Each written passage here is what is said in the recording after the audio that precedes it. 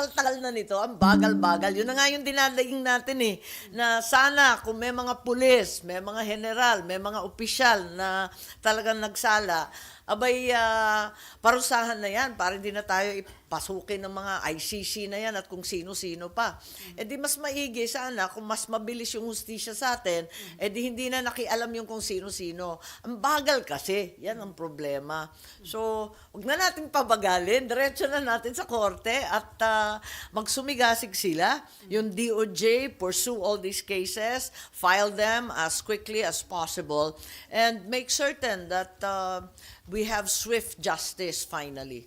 So ma'am, sabi niyo nga, may mga ilang program na talagang may reward system, pero acceptable ba na magkaroon ng reward? Ayun naman, ibang level naman yon. Yung pag nakapatay ng drug suspect, yun hindi na acceptable yun, ma'am. Di ba?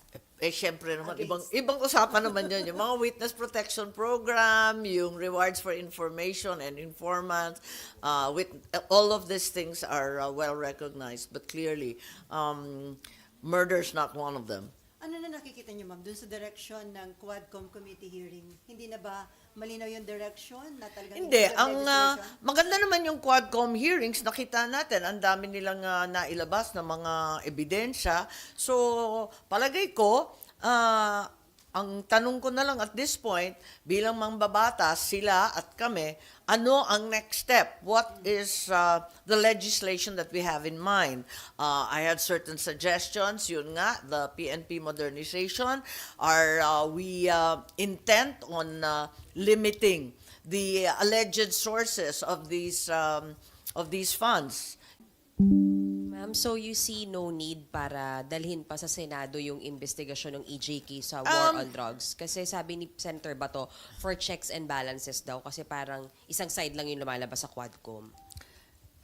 Sa palagay ko, okay naman, syempre, karapatan ni Senator Bato, ni Senator Goy, pagtanggol ang sarili nila. Ako, nagmamadali na lang, siguro. Tama naman sila, it's their call. First of all, Senator Bato is the chairman. And certainly, Senator Jinggoy can probably help him. So, syempre, nasa judgment and discretion nila yan. Ako naman, ang akin lamang, ang hinahabol ko, talagang swift justice. Kasi masyado nang matagal itong mga kasong to. Sabi niyo po, ma'am, kanina, a great deal of evidence has already come forward from the Quad Committee. Oo so, naman. you can say, are you saying, pwede nang dalhin sa korte right now? Palagay ko, DOJ is competent at this point to make a case with the help of CIDG, with the help of the NBI. Perhaps prosecution is in order. Ang tagal na eh. So ma'am, At alam naman natin na President Duterte. So, mukhang yung pinopropose na hearing ni Senator Bato para masagot nila dahil ayaw naman nilang humarap doon sa House Quad Committee. So, magandang venue ba talaga yung Senate hearing para dito nila sagutin lahat yung allegations against them? O sa tingin nyo, sa judiciary na? I'm not in the business of passing judgment on the work of my colleagues, but I'm very, very protective also of the institutions involved. Yung trabaho ng Senado, trabaho ng Senate, iba yung trabaho namin sa korte. At sa palagay ko, maaari nang dalhin sa korte to para matapos na. We can put it behind us. All those who need to be punished should be punished as quickly as possible. And we have to come to an end of this blame saying and finger pointing. Any related question? Okay, about politics na sir. Ma'am, paano mo i-handle ang iyong campaign considering na nag-decide ka nga na huwag sumama doon sa alyansa ng bagong Pilipinas? Hindi ko pa alam. The short answer is, it's going to be a work in progress at eto nga, sa ngayon, ang alam ko, umaasa po ako sa lokal at hindi naman ako nawala ng partida. NP pa rin ako. Hindi naman ako nag-resign sa pagiging national. Maria. Si Pia. Oo, ako, si Camille at si Pia.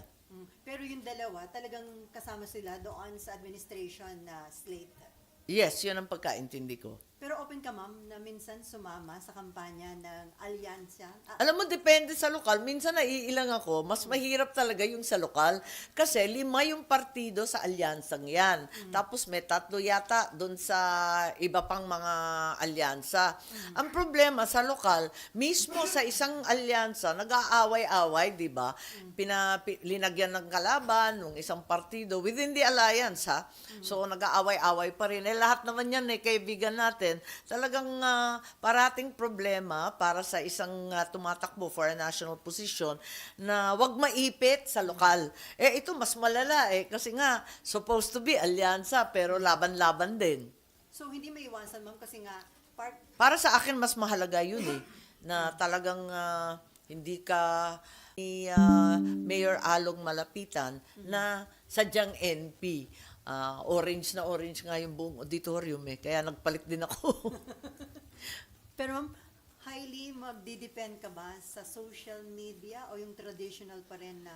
Alam mo, pinag-uusapan nga namin yan kung ano ang klase ng kampanya. Kasi napansin ko, sa maraming lugar, ang ating kabataan tinatamad ng sumali sa mga rally, kahit pa binibigyan ng sasakyan, kahit pang talagang may pagkain at komportable, mas hilig pa nila manood na lang ng social media. Siguro dahil dito, marami ring artistang tumakbo. Ayan, di natin maiwasan.